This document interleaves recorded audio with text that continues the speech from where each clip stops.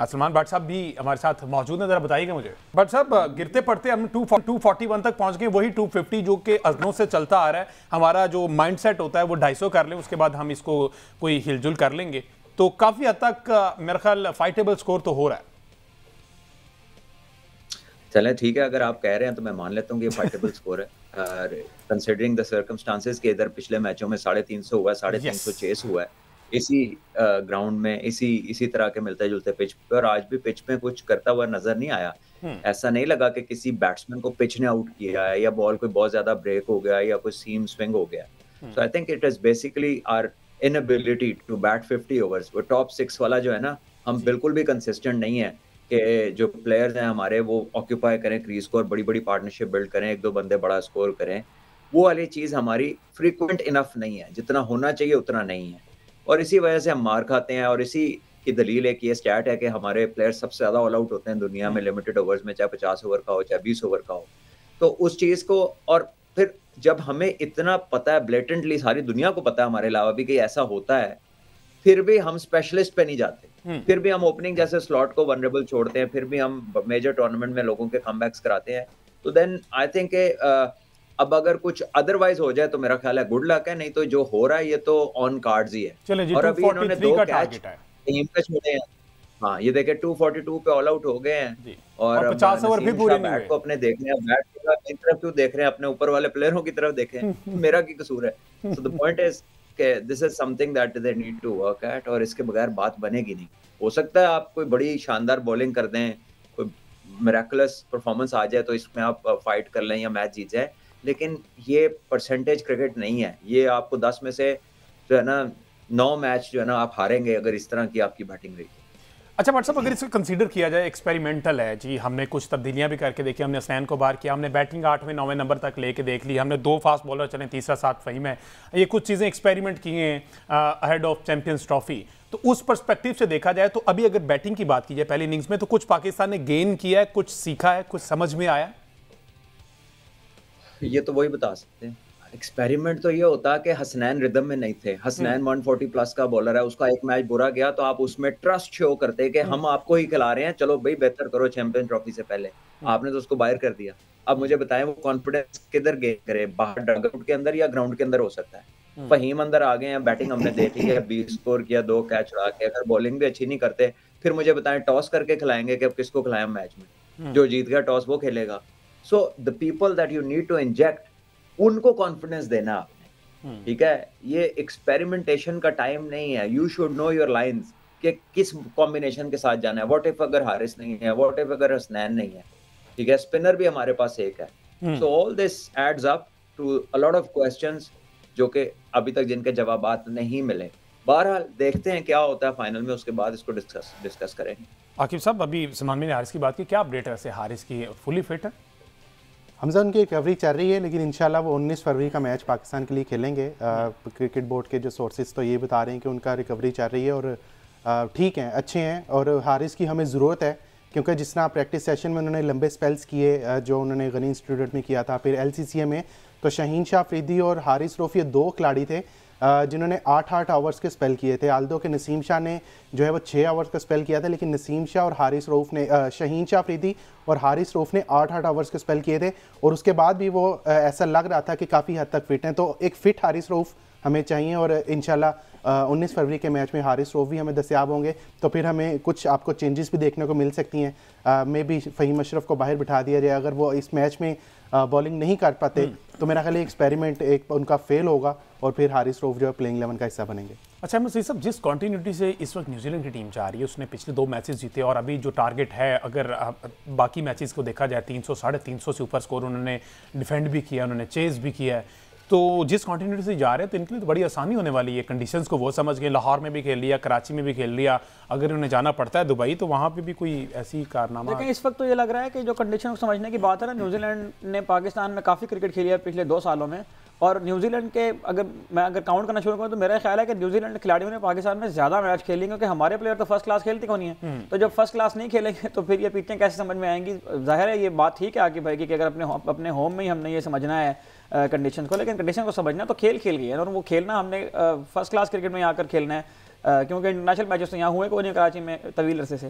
तो न्यूजीलैंड की टीम जो है वो जिस तरह से कंफर्टेबल नज़र आ रही है लाहौर में हो या नेशनल स्टेडियम कराची में हो, ये उनकी जानिब से एक स्टेटमेंट है कि बड़े इवेंट की तैयारी किस तरह की जाती है और बड़े इवेंट्स में किस माइंडसेट के साथ आया जाता है। और न्यूजीलैंड की टीम हमें आम तौर पर बड़े इवेंट्स के जो इब्तदाई मरहले होते हैं उनमें कंफर्टेबल नजर आती है। गो कि उनकी भी टीम में बेन सीयर्स इंजर्ड हो गए हैं, लॉकी फर्गूसन अभी तक नहीं आए हैं, मैट हेनरी को उन्होंने आज रेस्ट दिया है, उसके बावजूद भी उन्होंने होम टीम को 242 रन पर आउट कर दिया है। तो पाकिस्तानी टीम की शॉर्ट कमिंग्स यकीन उनका तस्करा हमने किया है, लेकिन न्यूजीलैंड की भी यहाँ दाद देनी होगी जो तैयारियां उन्होंने की हैं, जो उनका बिल्डअप है मेगा इवेंट के लिए।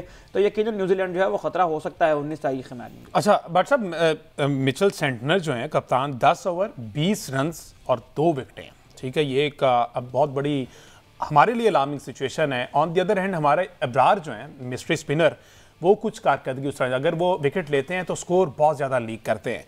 तो ये कोई कुलिया हो सकता है जो सेंटनर कर रहे हैं और हम नहीं कर पा रहे? सेंटनर एक स्पेशलिस्ट स्पिनर है और सेंटनर का एक्सपीरियंस बहुत ज़्यादा है। सेंटनर तमाम कंडीशंस में न्यूजीलैंड को रिप्रेजेंट करता है। ही इज़ नॉट पर्सन जिसको आप कहेंगे इधर इस्तेमाल करना तो इधर नहीं करना। He is full fledge spinner है वो, उसको पता है कि जहाँ जहाँ के मैंने जो एडजस्टमेंट करनी है वो करता है। इब्रार को तो अभी ऐसा लगता है कि अपनी पेस जो है ना वो उसने मालूम करनी है कि किस पिच पे किस पेस पे मैंने बॉलिंग करनी है। So that will come with experience. और ये जो मिस्ट्री स्पिन होती है ना, ये वंस बैटर्स नो के ये फिंगर उल्टी है या सीधी है तो उसके बाद ये मिस्ट्री रहती नहीं इसमें और बड़ा आसान हो जाता है उसको खेलना। So Pakistan has opted for a option जिसको कह लीजिए कि अगर वो पढ़ ली जाए ऑपोजिशन की तरफ से तो मुश्किल होती है। आपको पॉडकास्ट जो मैंने ग्लेन फिलिप्स का किया है, asked him a question about Ibrar, तो उसने कहा कि वो इतनी मिस्ट्री नहीं है, उसको तो हमने खेला है, वी नो कि उसको कैसे। एंड उन्होंने पहले मैच में दिखाया खेल के, तो अब देखते हैं कि आज क्या होता है। लेकिन कहीं ऐसा लगा नहीं कि उन्हें नहीं मालूम कि इब्रार का कौन सा बॉल अंदर आना है और कौन सा बाहर जाना है। जी अहमद। अच्छा बट साहब, जो आज टीम शीट खेल रही है उसमें 3 फास्ट बॉलर हैं हमारे पास, फ़हीम अशरफ हैं, शाहीन शाह अफरीदी हैं और नसीम शाह हैं। और फ़हीम अशरफ और इनको मिलाकर मेरा ख्याल है कि 30 ओवर हम किसी ना किसी तरह करवाने में कामयाब हो ही जाएंगे। अबरार से हमें 10 ओवर करवाने हैं। उसके अलावा जो हमें 10 ओवर करवाने हैं, अगर अबरार और फ़हीम अशरफ में से किसी से ओवर नहीं हो पाते तो वो कमी फिर हमें खुशदिल और सलमान अली आगा से पूरी करनी है। तो आपके ख्याल में ये जो अब हमारे सामने चूँकि टोटल आ गया हुआ है 243 रन हमने डिफेंड करने हैं, तो ऑन पेपर आपको क्या लग रहा है कि ये 243 रन को डिफेंड करने वाला बॉलिंग अटैक है हमारे पास? ये तो करेंगे तो हमें रियलाइज होगा कि ये भी कर सकते हैं, क्योंकि देखिए अभी तक जो हमारी बॉलिंग के साथ दोनों मैचों में 350 रन हमें हुए हैं। So what are we trying to predict, और स्पेशली जबकि उसमें हारिस भी नहीं है और किसी और ने कोई बहुत इंप्रेसिव बॉलिंग भी नहीं की, कोई ऐसे चांसेस भी नहीं क्रिएट किए, तो ये आज करके दिखाना पड़ेगा, फिर ही कोई सोचने पे मजबूर होगा कि यार ये भी काम हो सकता है। अभी के लिए तो ऐसा लगता है कि ये बड़ा एक इजी टारगेट है न्यूजीलैंड के लिए, अनलेस कि हमारे बॉलर्स जो हैं वो कोई बड़ा मुजाती परफॉर्मेंस पुट अप करें। अच्छा बट साहब, तैयब ताहिर की बात मैं करना चाहूँगा। कहा यह जाता है, एक्स क्रिकेटर्स ये कहते हैं he is a giant in his home condition और पाकिस्तान की कंडीशंस को बहुत अच्छे तरीके से समझता है। आज उन्होंने इनिंग्स तो खेली 33 पे 38 रन की इनिंग्स, लेकिन जो ऑर्डर जहाँ पर उन्हें मिला हुआ, जो प्लेसमेंट मिली हुई है एक इनिंग को बिल्ड करना, वहाँ पर वो नाकाम दिखाई दी। और जिस तरह का शॉट खेल कर आउट हुए हैं, ये भी एक बहुत बड़ा क्वेश्चन मार्क है। देखिए ये जो इनिंग्स की कंस्ट्रक्शन है ना, इसमें आपको कह लें कि एडजस्टमेंट करनी पड़ती है। You can not go with the flow in an ODI match. Flow जो है ना वो इतनी लंबी लेंथ के लिए आपकी वेरिएशन आती है फ्लो में। यहाँ पर हम देखते हैं कि अगर कुछ एक शॉट मारता है, 2 मारता है, तो वो समझता है कि अब बस काम चल पड़ा, मारे जाओ शॉटें। वनडे में जो बेस्ट चीज है कि आफ्टर अ बाउंड्री आप स्ट्राइक रोटेट करते हैं और आप कोशिश करते हैं कि आप एंड तक खेलें, और वहां तक आप अपने टारगेट बनाते हैं कि किस बॉलर के ऊपर मैंने इतने रन लेने हैं और किसकी दफा मैंने स्ट्राइक रोटेट करनी है, कहाँ टीम का टोटल है और इस तक रूट क्या होगा। ये सारा आइडेंटिफिकेशन, ये मैप एक प्लेयर के, एक स्पेशलिस्ट बैट्समैन के दिमाग में होना चाहिए। अगर वो आके सिर्फ अपनी शॉट्स खेलते हैं तो वो तो इंग्लैंड से ज्यादा कोई नहीं खेलता। और अभी तक देख लें, जब से इंडिया पहुंची इंग्लैंड की टीम, एक मैच में पूरे ओवर नहीं खेल सके, वो एक मैच नहीं वो लोग जीत सके, क्योंकि वो भी एक ही टेम्पो से खेलने की कोशिश करते हैं।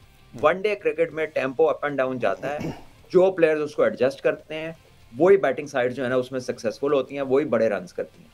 जब आप एक फ्लो के साथ जाते हैं तो साल में एक आध दफा आप बहुत स्पेक्टेकुलर खेल सकते हैं, हैरान परेशान कर सकते हैं, लेकिन कंसिस्टेंसी आपकी नहीं होगी और बड़े टूर्नामेंट्स में फिर आपको परेशानी का सामना हो सकता है।